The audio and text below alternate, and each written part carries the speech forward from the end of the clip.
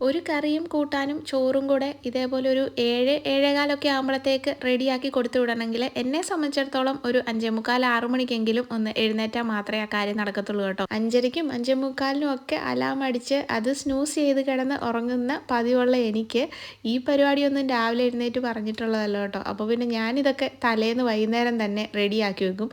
അതാകുമ്പം കൊണ്ടുപോകുന്നവർക്കും കൊടുത്തു വിടുന്നവർക്കും കാര്യം എളുപ്പമാണ്.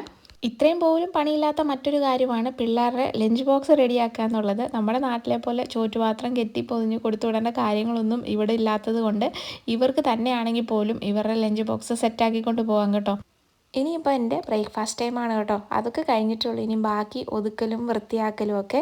എന്തൊക്കെ ഒതുക്കിയാലും വൃത്തിയാക്കിയാലും ഈ കിച്ചൺ സിങ്കിൽ കിടക്കുന്ന പാത്രങ്ങളൊക്കെ ഒന്ന് കഴുകി വൃത്തിയാക്കുക, കിച്ചൻ്റെ കൗണ്ടർ ടോപ്പ് ഒന്ന് ക്ലീൻ ആക്കി ഇടുക.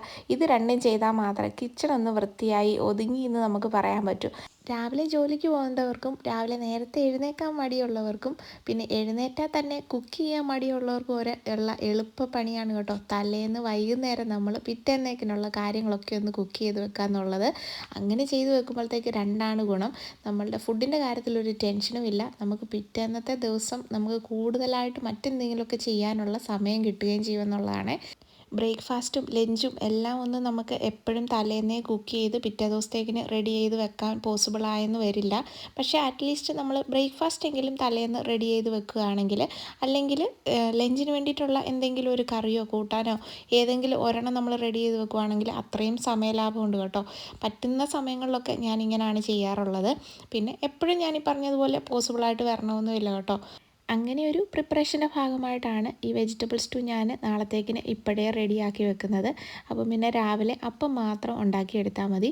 പിന്നെ എപ്പോഴും ശ്രദ്ധിക്കാറുള്ള ഒരു കാര്യമാണ്, അപ്പത്തിന് അരച്ചാലും ദോശയ്ക്ക് അരച്ചാലും ഒരു 2 ദിവസത്തേക്കിനോ 3 ദിവസത്തേക്കിനോ കൂട്ടി അരയ്ക്കാറുണ്ട്. അപ്പോൾ നമുക്ക് ആവശ്യമുള്ളപ്പം എടുത്ത് ഉപയോഗിക്കാമല്ലോ. അതുകൊണ്ട് തന്നെ എൻ്റെ ഫ്രിഡ്ജിൽ എപ്പോഴും സ്റ്റോക്കുള്ളൊരു സാധനമായിരിക്കും കേട്ടോ ഇഡലി മാവും അപ്പത്തിനുള്ള മാവോ ദോശമാവോ ഒക്കെ. പിന്നെ ഇത് റെഡിയായിട്ട് ഫ്രിഡ്ജിൽ ഇരിപ്പുണ്ടെങ്കിൽ പിന്നെ വേറൊന്നും ആലോചിക്കേണ്ട കാര്യമില്ല, എടുത്ത് ഉപയോഗിച്ചാൽ പോരെ. അപ്പോൾ ഇങ്ങനെ ചില പൊടിക്കൈകളും എളുപ്പപ്പണികളും ഒക്കെ ഉണ്ടെങ്കിൽ കിച്ചണിലെ പണികളൊന്നും വലിയ ഭാരമായിട്ട് തോന്നുകയില്ല കേട്ടോ ആർക്കും.